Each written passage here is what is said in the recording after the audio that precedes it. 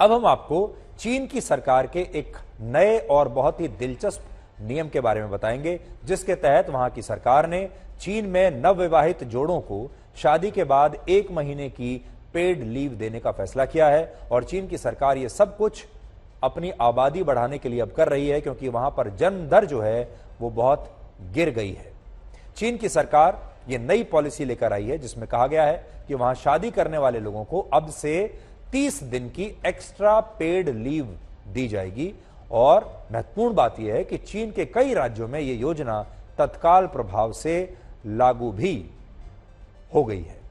इससे पहले चीन में नवविवाहित जोड़ों को सिर्फ 3 दिन की पेड लीव मिलती थी, लेकिन अब चीन की सरकार चाहती है कि वहां ज्यादा से ज्यादा लोग शादी करें और फिर जल्दी से जल्दी बच्चे भी पैदा करें, क्योंकि चीन की आबादी में बूढ़े लोगों की संख्या बहुत बढ़ रही है और वहां जन्म दर तेजी से घट रही है। और इसी वजह से पहले चीन ने वर्ष 2016 में अपने देश में 1 चाइल्ड पॉलिसी समाप्त की, फिर वो 2nd चाइल्ड और 3rd चाइल्ड पॉलिसी लाया, और अब वो इस तरह के इनिशिएटिव्स देकर लोगों को शादी के लिए प्रोत्साहित कर रहा है। हालांकि ये इस तरह का इकलौता इंसेंटिव नहीं है।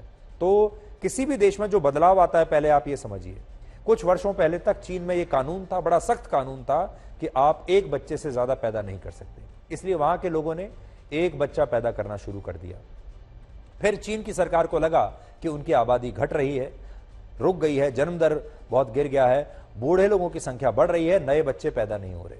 फिर चीन ने कहा कि अब आप 2 बच्चे पैदा कीजिए, 3 बच्चे पैदा कीजिए, लेकिन अब वहां के लोग दूसरा और तीसरा बच्चा पैदा करने के लिए तैयार नहीं है। अब तो वहां के लोग शादी ही नहीं करना चाहते, जो शादी कर रहे हैं वो बच्चे नहीं पैदा करना चाहते। अब सरकार क्या करेगी? अब सरकार उन्हें नए नए इनिशिएटिव्स दे रही है, प्रोत्साहन दे रही है कि लोग जल्दी से जल्दी अपने परिवार की शुरुआत करें और जल्दी से जल्दी बच्चे पैदा करें। और नए इनिशिएटिव्स जो हैं वो कैसे हैं? जैसे चीन के कई शहरों और प्रांतों में ऐसी योजनाएं लागू की गई हैं, जिनके तहत 3 बच्चे पैदा करने वाले परिवारों को हर महीने 500 युआन यानी 6,000 रुपए दिए जा रहे हैं। और वहां लोगों को 1 से ज्यादा बच्चा पैदा करने पर टैक्स में भी छूट दी जा रही है, उन्हें घर खरीदने पर सब्सिडी दी जा रही है। इसके अलावा चीन में अब बिना शादी किए भी लोग बच्चा पैदा कर सकते हैं। चीन के सिचुआन नाम के एक प्रांत में 15 फरवरी से नया नियम लागू हुआ, जिसके तहत अब जो लोग शादीशुदा नहीं भी हैं वो भी बच्चे पैदा कर सकते हैं। और बच्चों की संख्या को लेकर भी सरकार की तरफ से अब कोई सीमा तय नहीं की गई है। आप 1 बच्चा कीजिए, 2 कीजिए, 3 कीजिए, 4, 5, जितने चाहे बच्चा आप पैदा कर सकते हैं। चीन को यह सब इसलिए करना पड़ रहा है क्योंकि चीन की आबादी तेजी से घट रही है और अब वो बूढ़ों का देश बनता जा रहा है। पिछले कुछ वर्षों में चीन की जनसंख्या तेजी से कम हुई है। वर्ष 2021 में चीन की कुल आबादी 141 करोड़ 26 लाख थी, जो 2022 में कम होकर 141 करोड़ 17 लाख 50 हजार रह गई। यानी 1 साल में चीन की आबादी 8.5 लाख कम हो गई और चीन के लिए यह चिंता की बात है। महत्वपूर्ण बात यह है कि चीन में मृत्यु दर के मुकाबले जन्म दर कम हो गई है और ऐसा 61 वर्षों के बाद हुआ है। वर्ष 2022 में चीन में 1 करोड़ 4 लाख से ज्यादा लोगों की मौत हुई और इसी साल 95 लाख 56 हजार बच्चों ने जन्म लिया। और इस तरह मरने वाले लोगों में और जन्म लेने वाले बच्चों में लगभग 8.5 लाख का अंतर रहा। यानी ज्यादा लोग मर रहे हैं और कम लोग पैदा हो रहे हैं। और इतनी आबादी, इसीलिए चीन की आबादी कम हो गई।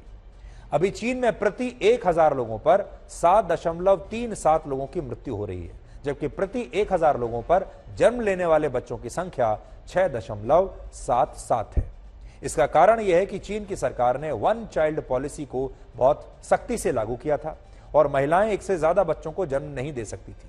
लेकिन इसके बाद जब चीन में जन्म दर तेजी से कम होने लगी तो चीन ने वर्ष 2015 में, यानी पूरे 36 वर्षों के बाद, इस 1 चाइल्ड पॉलिसी को समाप्त करके 2nd चाइल्ड पॉलिसी को लागू किया और फिर 2021 में इसे भी बदलकर 3rd चाइल्ड पॉलिसी भी लागू कर दी। यानी अब तीसरा बच्चा भी आप पैदा कर सकते हैं।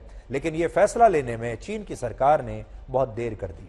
आज चीन में शादीशुदा लोग और कपल्स 1 बच्चा भी पैदा नहीं करना चाहते और इसका कारण है कि वहां पर महंगाई बहुत ज्यादा है और बच्चों का पालन पोषण करना माता पिता के लिए बहुत मुश्किल काम हो रहा है, क्योंकि वहां माता पिता दोनों काम करते हैं। दोनों काम नहीं करेंगे तो बहुत संघर्ष करना पड़ेगा, अपना गुजारा नहीं कर पाएंगे और दोनों काम में इतने व्यस्त रहते हैं कि इंस्टॉलमेंट के नीचे इतने दबे हुए हैं कि अब उनके पास बच्चा पैदा करने का या बच्चों को बड़ा करने का समय ही नहीं है। ये एक लायबिलिटी है और इसके लिए चीन को अब ऐसे नियम लाने पड़ रहे हैं जो लोगों को बच्चे पैदा करने के लिए प्रोत्साहित कर सकें।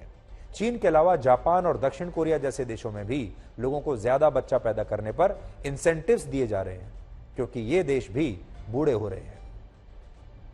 और अब तो कई चीन के जो प्रांत हैं वहां पर जैसे ही लोगों की शादी होती है उसके कुछ हफ्तों के बाद ही उन्हें प्रशासन से और सरकार से फोन आते हैं औपचारिक रूप से ये पूछने के लिए कि आपका पहला बच्चा कब पैदा हो रहा है। और फिर ये जो कपल्स होते हैं वो बताते हैं कि हमें इतना समय और लगेगा, और उसके बाद सरकार लगातार फॉलोअप करती है, उनसे पूछती है कि अब आप हमें स्टेटस बताइए कि आपका बच्चा कब पैदा हो रहा है।